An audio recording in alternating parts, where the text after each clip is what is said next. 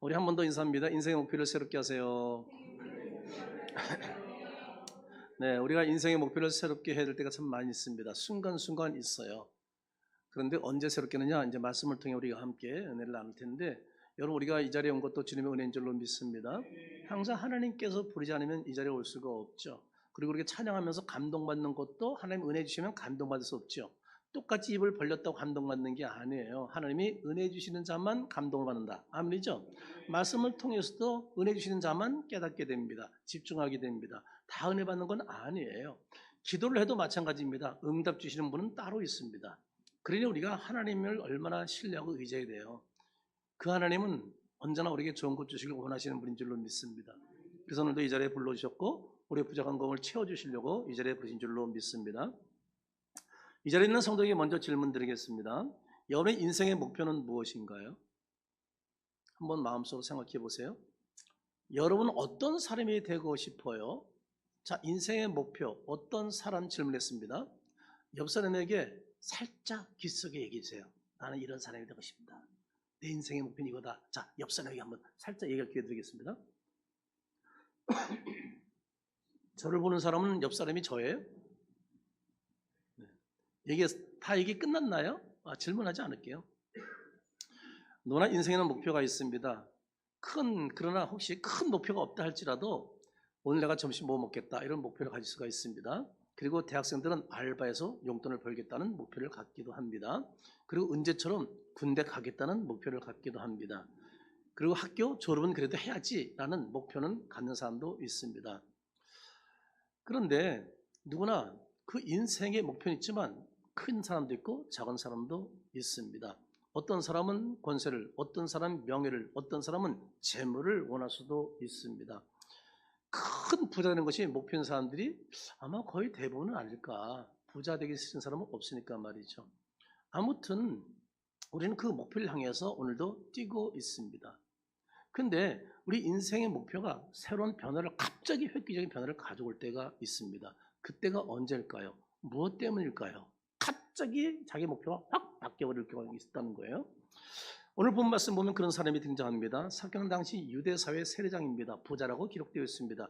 지금의 세무 공무원 또는 세리장이라고 말할 수가 있습니다. 그는 세상에서 자기의 목표를 이룬 성공한 사람이지만 그 마음에는 누구도 알 수 없는 공허와 외로움이 있었다는 사실입니다. 그래서 그는 그것 때문에 예수님을 향하게 됩니다. 그리고 놀랍게도 그의 인생의 목표가 한순간에 완전히 새롭게 변화를 가졌다는 것이 오늘 본문 내용입니다.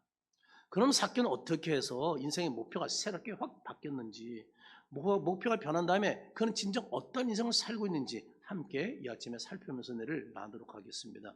사실 사람이 새롭게 변하는 것은 쉽지 않은 일입니다. 우리 주변의 사람 보면서 둘러보면서 느끼는 것이 뭐예요? 어쩜 사람이 저렇게 바뀌지 않지? 여러분 그런 얘기 종종 해야 하네요. 어쩜 사람이 저렇게 변하지 않는지 몰라.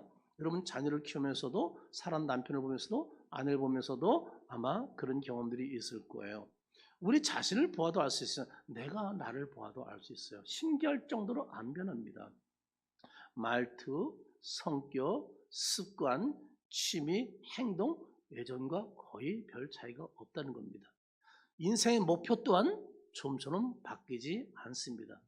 그런데 문제는 그 목표가 대체로 부귀영화이고 어디예요? 세상 영광이라는 사실입니다. 이게 대다수의 사람들의 목표입니다. 그런데 삭개처럼 인생의 목표가 새롭게 완전히 변하는 경우도 있습니다. 그럼 삭개가 어떻게 해서 인생의 목표가 새롭게 바뀌었는가? 답은 사랑의 예수님을 만났기 때문입니다. 1절 2절을 한번 같이 읽어보겠습니다. 예수께서 여러분으로 들어가 지나가시더라. 삭개 이름은 자가 있으니 세리장이 또한 부자라 말합니다. 예수님 마지막으로 여리고를 지나가시다가 한 불쌍한 영혼에게 관심을 가지십니다. 그리고 그를 결국 만나게 되죠. 그가 바로 누구예요? 삭개입니다. 삭개는 이름의 뜻이 뭐라고 그랬죠? 제가 금요일 새벽에 깨끗한 사람, 의로운 사람이라는 겁니다. 부모는 그가 깨끗한 사람으로 의로운 사람으로 성장하기를 원해서 그 이름을 지어줬을 겁니다. 그러나 삭개는 부모의 기대와 달리 아주 더럽습니다. 의롭긴요 불의한 사람입니다. 이런 삶을 살았어요. 부모의 기대와는 정반대의 삶을 산 사람이 삭개입니다. 그리고 로마 식민지에 착지당하는 그 불쌍한 자기 백성들에게 그 동족들의 그 세금을 지나치게 때려가지고 그의 돈을 빼앗는 마치 흡혈귀 같은 그런 사람이에요. 남의 피를 빨아먹는 말이죠. 얼마나 악한 사람인지 모릅니다. 그러니까 사람들이 그렇게 손가락질하고 같은 유대인으로서 싫어했던 겁니다. 삭개는 돈만 있으면 모든 게 다 해결될 줄 알았어요. 그리고 행복할 줄 알았어요. 그래서 불법을 행하면서까지 뭐예요? 부자가 됐다는 사실입니다. 그런데 이게 웬일인가요? 마치 뜨거운 여름날 목이 마르면 물을 펄컥펄컥 마시지 않습니까? 근데 펄컥펄컥 마셔놨더니 소금물인 거예요. 어떤 결과가 나왔을까요? 더 갈증나고 목이 타기 시작한 겁니다. 그는 갈증만 심하고 많이 돈은 갖고 부자도 되었는데 삶의 갈증도 심한 겁니다. 기쁨도 행복도 평안도 없는 겁니다. 삭개는 권세와 명예와 부를 향한 목표를 달성하면 모든 것이 다 만사 오케이일 줄 알았어요. 그리고 행복할 줄 알았어요. 이제 돈으로 로마 시민권만 사면 이제는 나는 모든 것에 불하는 그런 사람이 될 거야. 존경받는 사람이 될 거야.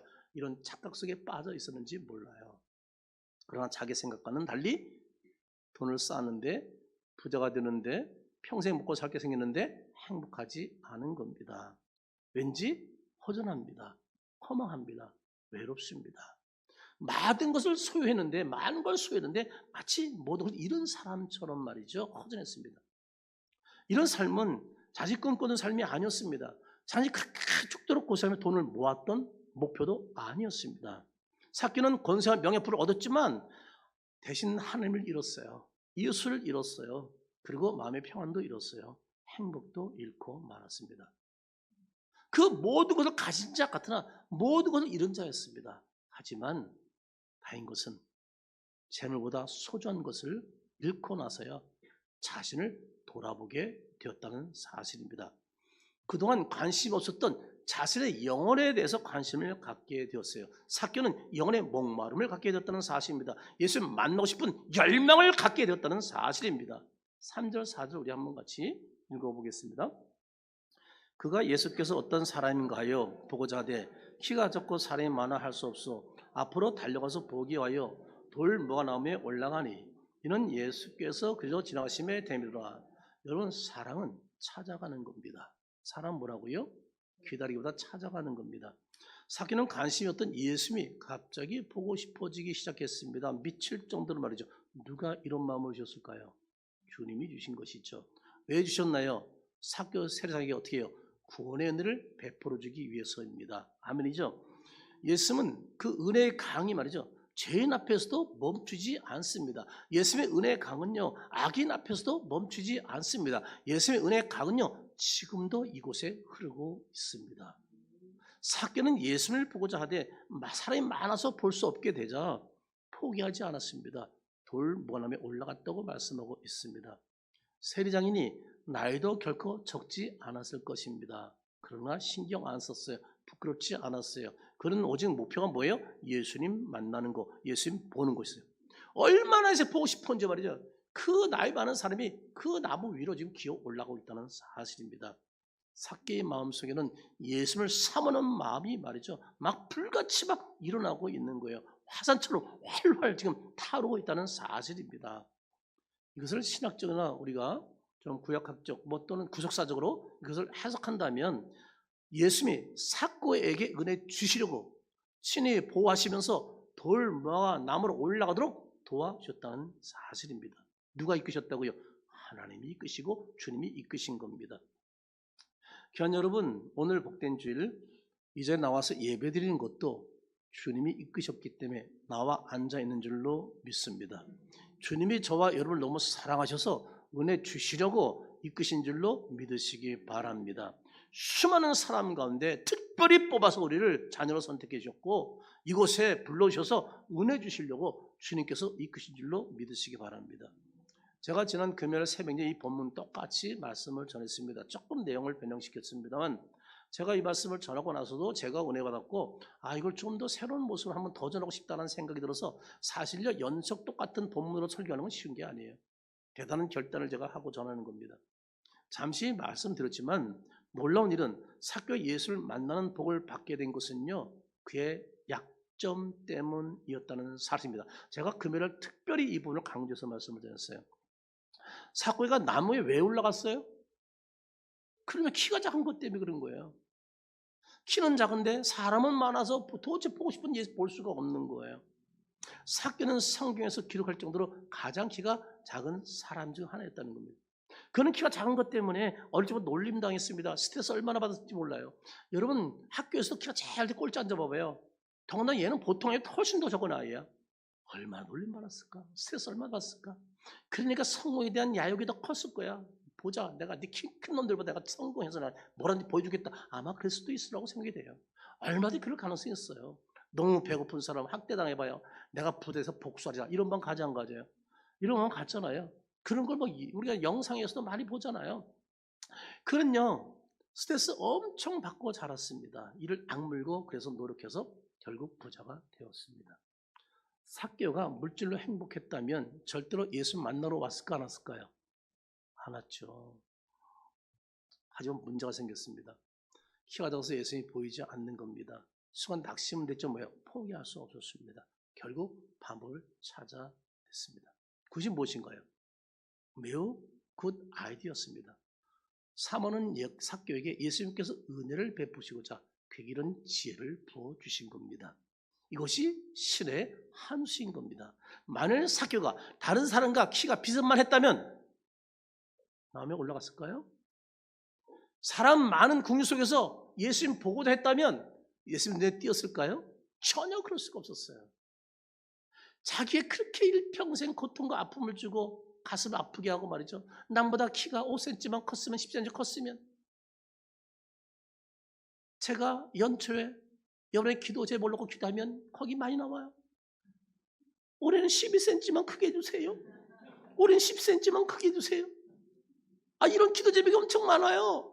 왜? 자기가 키가 작다고 생각되니까. 물론 기도에서도 하나님 늘려주는 경우 있어요. 우리 영화 같은 경우는 기도 많이 했거든요. 우리 유아 같은 경우. 근데 하나님은 제 기도를 다 들으셨어요. 기도 많이 했거든요. 왜 이렇게 우리 집안은 이렇게 다리 짧은 애가 없는데 내가 그랬었거든. 근데 제가 하여튼 기도하면서 계속 만져줬거든요, 다리를. 근데 지금은 제일 크잖아요. 그런 거 보면 참 신기한 거 있죠. 물론 하나님의 계획 속에 있었겠지. 뭐 제가 뭐 매일 주물러주고 기도한다고 다 크면 제가 앞으로 이거 그만두고 뭐 하면 돼? 다리 길게 해주는 그거만 하면 돼. 직업만 가지면 돼.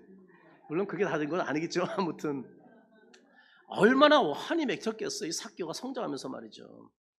그러니 이것 때문에 얼마나 한이 맺혔는데 더군다나 예수님 마지막으로 한번 보고 싶은데 예수님 이제 끝나. 가면 십자가 죽으시면 못 봐. 근데 그분을 보러 갔는데 세상에 자기가 뭐 때문에 못 본다? 자기 핸디캡 때문에 못 보는 거야. 얼마나 상처가 더 컸을까. 근데 거기서 예전처럼 포기하지 않았다는 거예요. 어떻게 하면 좋을까? 방법을 찾았죠. 그러니까 하나님이 지혜를 주시는 것이죠. 순간 낙심했지만 결국 방법을 찾아야 됩니다. 여러분 키 작은 것 때문에 돌방나무에 올라가게 되었어요. 여러분 보세요. 사람 많이 이렇게 앉아있을 때 누가 딱 눈에 띄어요? 네? 이렇게 돼? 우리 지금 이도희 권사님처럼 손에 이렇게 목을 털 만지고 있으면 우리 또 아들까지 같이 만지고 있는데 또 우리 계속 지금 이렇게 서연이 손을 만지고 있는 것은 눈에 딱 띄어. 그렇지만 이렇게 많은 사람 가운데 탁 눈에 잘 안 띄거든요. 근데 한 사람이 남에 올라가 있어. 이건 어떻게? 그냥 직방이지 뭐 그냥 눈에 확 띄는 거잖아요. 그러니 그가 예수님 만난 것은 뭐 때문에 했다? 자기의 단점, 약점 때문에 예수를 만나게 되었다는 사실. 오히려 그것이 더 큰 복이었던 것을 말씀 통해 발견하게 됩니다. 그래서 예수님을 집으로 모시는 복을 받게 됩니다. 삭개오에게 일평생 약점이 되어 상처 고통 줬던 장치가 도리어 예수님 만난 은혜 도구로 완전히 바뀌고 쓰임받게 될 줄이야. 삭개오는 전혀 생각지 못한 거예요. 항상 하나님은요 전혀 생각지 못한 것을 통해서 우리에게 은혜와 복을 준다는 거 아세요? 하나의 방법으로 어떻게 해요? 결국 만나겠다는 사실입니다. 다시 말해서 예수님은 삭개오에게 구원의 은혜를 베풀기 위해서 삭개오에게 이런 약점을 태어날 때부터 모르지만 허락했다는 사실입니다. 여러분, 그래서 우리의 단점과 약점은 우리 인생의 손해가 아니다라는 것을 꼭 잊지 마시기 바랍니다. 그리고 기억하기 바랍니다. 하나님의 특별한 계획과 섭리가 있어서 우리에게 허락하신 선물입니다. 아멘이죠? 네. 저도요, 성장 과정에 오른팔 부러진 게 저는 어릴 때 부러졌어요. 근데 오늘 부러진 것 때문에 팔이 안 펴지잖아요. 학교를 갈 때 다른 학생들처럼 피고 다니지 못했어요. 늘 주머니에 넣든지 구부리고 있든지. 왜? 이게 안 펴지니까. 이게 똑바로 못 걷잖아요. 여러분, 이게 어릴 때 얼마나 스트레스인지 몰라, 어린 나이에. 이게 상처더라고.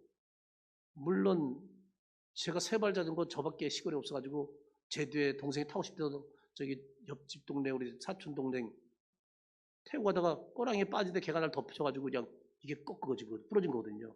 수술 2번 실패. 안 펴져, 이게 안 펴져. 그러니까 이게 얼마나 저를 괴롭혔겠어요. 그러니까 매일 이러고 있는 거야. 괜히 이유 없이. 그리고 그래요. 나보고 보는 사람마다 왜 깡패가 찍었냐. 깡패가 찍었는 게 아니라 손이 이래서 그래.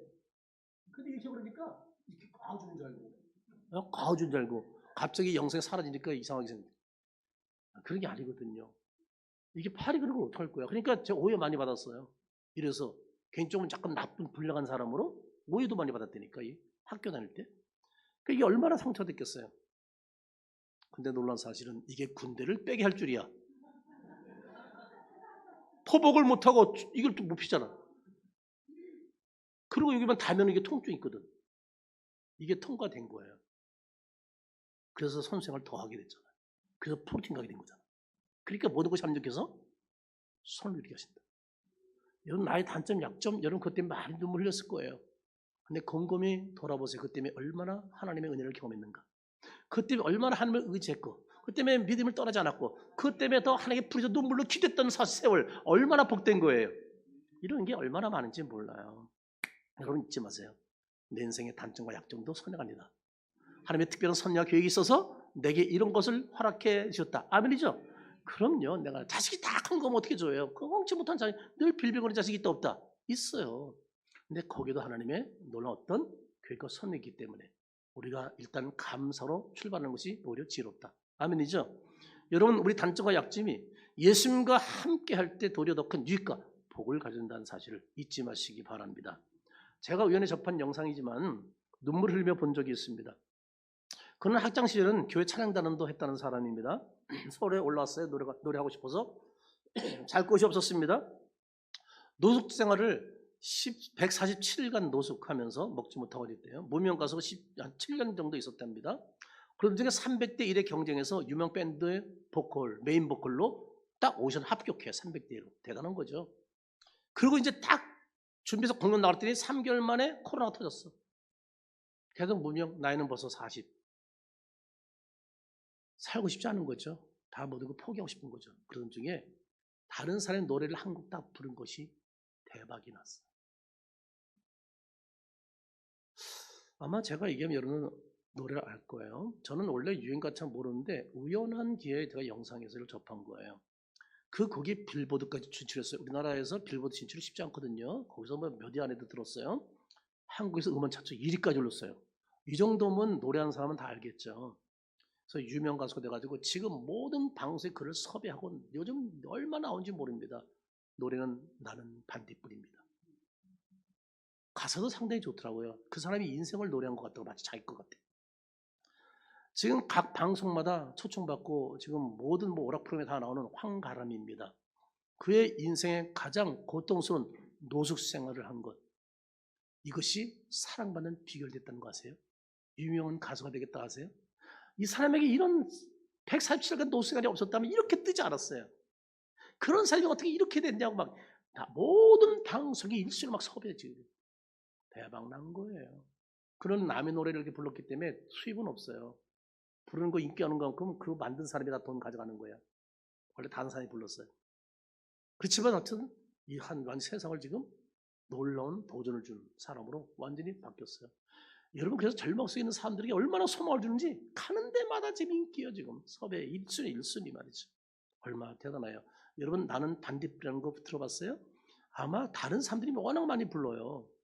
나는 반딧불, 뭐 하여튼 가사 내용이 은혜스러워. 하여튼 저는 원래 유행가를 잘 안 불러서 모르는데 아무튼 뭐 자기 손뒤 뭐 하늘에 올라가 소승달 되었다? 뭐 이게 뭐 소망적인 거잖아요. 그러니까 자기는 개똥벌레, 이게 아주 그렇게 처참했던 사람이 이렇게 빛나는 별이 됐다. 이런 내용인가 봐요. 아마 그런 미래를 생각하는데 히트가 된 거 있죠. 참 여러분, 우리 인생에 가장 큰 고통을 준 단점과 약점이 이렇게 인생의 역전의 유익과 복을 받을 수 있다는 겁니다. 아멘입니까? 이 시간에 좀 죄송하지만 여러분들이 어떤 여성들은 좀 심장을 잘 붙들고 계세요. 너무 깜짝 놀랄 잘생긴 청년의 사진 하나 보여줄 텐데 심장 잡았어요? 네, 놀라지 마세요. 너무 잘생긴 사람을 보여줘가지고. 자, 사진 한 장을 잠깐 보여드리겠습니다. 네, 저기 사진을 제가 보여드린 이유는 제가 유일하게 제가 경기 영상적 동영상 저기 비디오를 갖고 있는 저 하나예요. 저걸 언젠가 저거 뭐예요? USB로 바꾸려고 하는데 제가 저거 하나를 제 서장에 딱 하나 있어요. 저 경기한 걸. 근데 저 때문에도 늘씬했죠. 머리숱도 많죠. 목사님 머리숱 많으네요 그러더라고. 나 옛날에 많았어. 근데 저기 날짜를 자세히 보세요. 몇 년도인가요? 네, 83년도면 지금 몇 년 전? 42년 전. 제가 27세, 만 26세 때 바로 경기한 사진이에요. 이 사진은 순천 경기장에서 뛸 때 어떤 사진 기자가 찍은 거예요. 여러분, 제가 경기장 나가면요, 사진 기자가 얼마 달라붙는지 몰라요. 막 무대뽀로 찍어. 그러고선 가져와가지고 얼마? 몇십만 원. 그러면 안 사면 끝이야. 근데 안 살 수 없잖아요. 그러니까 저런 사진만 골라서 이제 사는데 굉장히 비싸게 사는 거예요. 그러니까 이 사진 기자가 그것 때문에 찍는 거 막 찍어. 근데 저런 게 잘 걸리는 게 하나씩 있단 말이에요. 근데 80년 9월 17일 경기한 거예요. 저는 이날 경기를 할 수 없을 정도로 부상이 심했습니다. 며칠 전 경기하고 서울에서 경기하고 춘천 넘어왔는데 장소를 이동했는데 그 전 경기에서 너무 무리했어요. 몸이 좋지 않은 가운데 경기해가지고 굉장히 발 상태가 좋지 않았어요. 호반의 도시 춘천의 한 호텔에 들어왔습니다. 새로운 도시 오면 항상 어떻게 해요? 밖에 놀러 가잖아요. 나가서 외식도 하고 뭐 구경도 하고 그러고 들어오잖아요. 저는 걷질 못하니까 못 나갔어요. 종일 호텔방에 혼자 앉아가지고 세면대 위에 거기에 물 틀어놓고 발 뜨거운 물로 찜질하면서 마사지만 하고 있었어요. 너무 아파가지고 울면서 그것도 말이죠. 하고 있었어요. 다행히도 전 경기를 뛴 사람은 다음 경기 훈련할 때 하루는 쉴 수 있는 특혜를 줬어요. 그래서 훈련을 하지 않고 쉬면서 계속 저는 혼자 치료했어요. 근데 그 당시는 의학 지식이 없었어요. 부상 당하고 시합을 끝났을 때 반드시 뭘 해야 돼요? 얼음 찜질인데 이걸 생각을 못 해가지고 뜨거운 물로 내리찜질했네. 더 아프지. 난리가 난 거죠. 발을 디딜 수가 없죠. 아픈 거예요. 근데 여러분 회복이 안 되니까 제가 마지막으로 할 수 있는 필살기가 뭘까요? 그러면 기도밖에 없는 거예요. 호텔방에서 계속 발 붙잡고 치료하면서 눈물로 기도한 거예요. 너무 아프니까. 그러니까 은혜를 받아서 기도한 게 아니고 너무 아파서 눈물을 흘리게 됐어요. 근데 시합 전날 스타팅 멤버를 발표하거든요. 어떨 때는 당일날 발표하기도 하고, 근데 그날은 전날 발표하더라고요. 근데 그 다음날 또 베스트로 제가 또 출전 기회를 갖게 또 된 거예요. 그러니까 이제 선발로 뛰게 됐어요. 아프지만 감독님한테 시합 뛰어주는데 뛰지 않겠다는 얘기를 못 하거든요. 그러니까 같은 이를 악물고. 그래서 그 당시 하얀 미국에서 수입한 테이프가 있어요. 선수를 테이핑하는 거. 약간 석고처럼 기부스하는 게 있어요. 그 테이프로 발목을 다 한 달 감고, 제가 수술한 날이니까요. 다 감고, 그래서 이제 시합장을 나간 거예요. 뛰지도 못할 것 같지만 어떻게 해요? 안 아픈 척 하면서 몸 풀었죠. 시합장을 들어갔어요. 놀란 일은요. 그 몸으로 전 이런 경기를 너무 많이 경험해가지고, 근데 그 중에 하나 놀라운 경험을 여기서 한 게, 전반 경기를 다 뛰는데 괜찮았다는 사실이죠. 그리고 경기는 완전히 밀렸어요. 경기를 잘 못했어요. 우리 선수들이 오람에 춘천 가가지고 너무 잘 먹고 잘 놀았나 봐요. 그래가지고 준비가 안 된 거 있죠. 더군다나 하루 쉬었잖아요. 더군다나 게임 뛴 사람들은. 그러니까 몸 관리 제대로 못했는지 그날 우리보다 약한 팀한테 그렇게 어려움을 당했어요. 질 뻔했어요. 그런데 1대0으로 이겼어요. 경기를 끝나고 밖으로 나왔는데 다 벤치에서 오늘 최우 선수는 손창. 제가 그런 몸이 아니었잖아요. 근데 최고 잘했다고 막 그냥 박수 치면서 저를 그렇게 격려해 주는 거예요. 이거 제가 이렇게 아픈 가운데 경기 뛴 걸 마치 아는 사람들처럼 말이죠. 그리고 그날 경기를 제가 잘했어요, 진짜. 심지어 제가 풀백에서 그 당시에는 공격을 하프라인 이상 안 나가던 풀백은 골대 앞에까지 슈팅 때리고 올 정도니까 말이죠. 그렇게 몸이 날렵할 수가 없었어요. 제가 저 비대를 기능으로 제가 갖고 있는 거예요. 언젠가 여러분 거기서 일부 제가 경계하는 모습을 좀 보여주시면 참 좋을 것 같아요. 여러분, 이 좋은 경기를 할 수 있던 건 전적인 뭐예요? 기도응답 하나님의 은혜였습니다. 이처럼 우리의 부족함을, 우리의 약점을 오히려 하나님께서 은혜로 또 사용하셔서 또한 능력을 경험하는 도구로 역사할 수 있다. 아멘이죠? 그래서 우리의 연약함이 우리 하나님이 쓰시는 축복의 도구가 될 수 있다. 아멘이죠? 이것을 믿으시기 바랍니다. 기억하세요. 우리의 단점과 부족함과 약점을 남도 심지어 나도 무시할지라도 말이죠. 이거 나 같은 게 뭐라고. 그래도 언제나 그것을 귀하게 쓰시는 도구라는 것. 아멘이죠? 그것이 우리를 망하게 하는 것이 아니라 흥하게 하고 우리를 저주하는 것이 아니라 우리를 어떻게 해요? 복되게 하는 것이라는 사실을 믿으시기 바랍니다. 가난해서 주를 더 찾고, 무능해서 주를 더 찾고, 병들어 몸이 아파서 주를 더 찾는다면 그 부족함의 연약함이 우리 모여 하나님의 축복의 도구요 우리에게 은혜인 줄로 믿으시기 바랍니다. 그러니까 지금까지 살아오면서 이런저런 단점과 부족함과 연약함이 있었다면 하나님의 계획이 있었음을 믿고, 아멘, 오히려 감사로 승화시킨 여러분 되기를 제 이름으로 부탁을 드립니다. 그러므로 귀한 줄은 모든 것이 합력해서 뭐라고요? 우리의 연약함도 선을 이기게 하신다. 아멘이죠? 그걸 믿고 어려운 환경 속에서도 감사 찬송하는 여러분 되기를 제 이름으로 축복합니다. 그럼 목표가 바뀐 후 어떤 변화된 인생을 살았는가? 움켜쥐던 사람이 펴는 사람이 되었습니다. 8절을 같이 읽어봅니다. 삭개가 서서 주께 여짜오되 주여 보시옵소서, 내 쇠의 절반을 가난한 자들에게 주겠사오며 만일 누구 것을 속여 빼앗은 일이 있으면 내 값지나 갚겠나이다. 놀란 변화죠. 여러분, 사랑은 변화를 이끕니다. 재산을 모든 사람이 절반을 뭐예요? 남에게 주는 사람이 되었습니다. 속여 빼앗은 것이 있으면 4배로 갚겠다는 겁니다. 손을 움켜쥐던 사람이 뭐예요? 손을 펴는 사람이 되었습니다. 악을 행하던 사람이 선을 행하는 사람이 되었다는 사실입니다. 이것이 바로 예수님을 제대로 만난 사람의 모습입니다.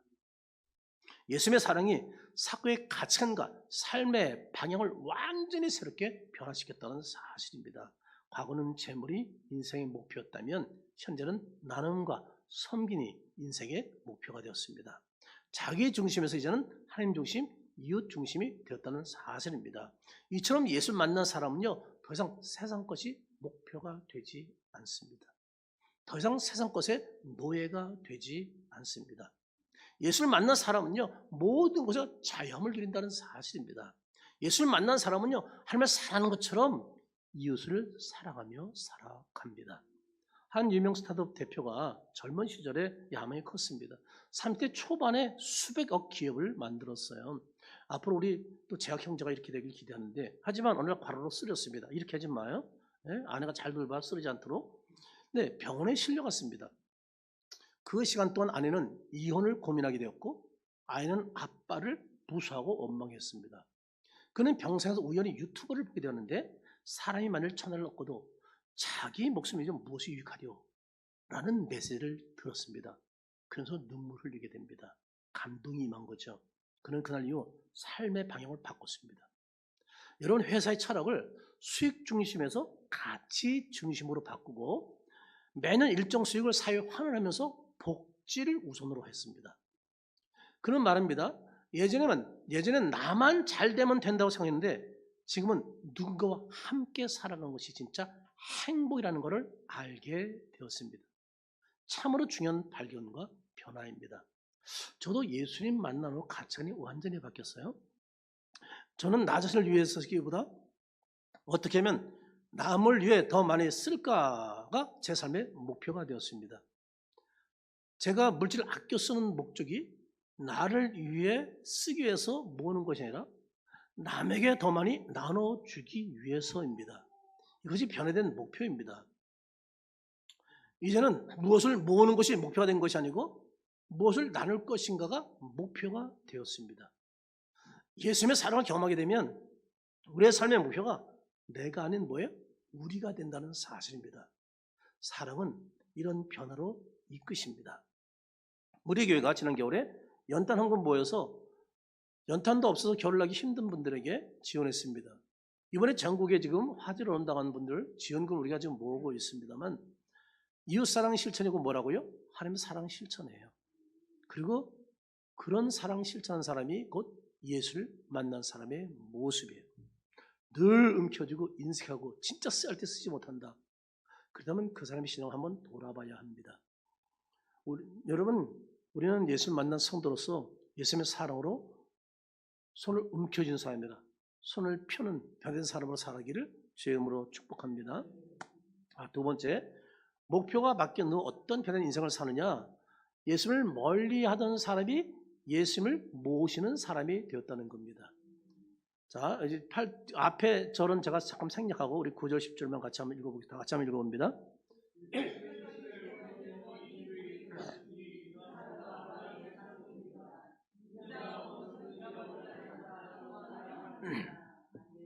제가 한번 읽어드리겠습니다. 예수께서 이르시되 오늘 구원이 이 집에 이르렀으니 이 사람도 아브라함의 자손이미로다. 인자가 무슨 잃어버린 자를 찾아 권하려 함이니라. 예수님은 잃어버린 삭개를 찾아 권하러 오셨다는 거죠. 예수님 삭개에게 이런 구원의 은혜를 주시려고, 복을 주시려고 삭개 이름을 불렀습니다. 어떻게 알았는지 전지하신 분이니까. 그리고 집으로 얘기해서 초청을 받아 들어가게 되죠. 그래서 예수부터 놀라운 구원의 복된 메시지를 받게 되는 것을 봅니다. 삭개 인생의 가장 감격적이고 너무 벅차고 행복한 순간입니다. 여러분, 예수님은 은혜 베풀기 원하신다는 것을 믿으시기 바랍니다. 예수님 은혜를 베풀기 위해서 이 땅에 육신의 몸으로 오셨고, 아멘이죠? 우리의 죄를 해결하기 위해서 십자가에 못 박혀 죽으셨고, 우리 구원을 완성시키기 위해서 부활하신 줄로 믿으시기 바랍니다. 우리 주님은 우리를 그렇게 끔찍히 사랑합니다. 지금도 우리는 종종 그래요. 때로 힘들고 어려울 때 하나님 나를 사랑하지 않는가 봐. 그건 자기 생각이에요. 한순간을 놓은 적이 없어요. 지금도 붙잡고 있어요. 지금 은혜 주길 원해요. 심지어 뭐라고요? 나의 단적과 약점까지 쓰시길 원하시는 주님이에요. 아멘이죠? 그럼요. 제가 지금까지 살아면서 느끼는 게 뭐냐면 이런 어려움이 있을 때마다 주님이 은혜 주신 거예요. 그리고 그것 때문에 주님 만나게 된 거예요. 기적을 경험한 거예요. 능력을 경험한 거예요. 하나같이 그렇더라고요. 제가 잘나고 평안할 때 주님의 능력을 경험한 적은 없더라고 보니까. 근데 힘들고 어려울 때, 내가 연약할 때, 부족할 때, 약할 때 주님의 능력을 경험했더라고.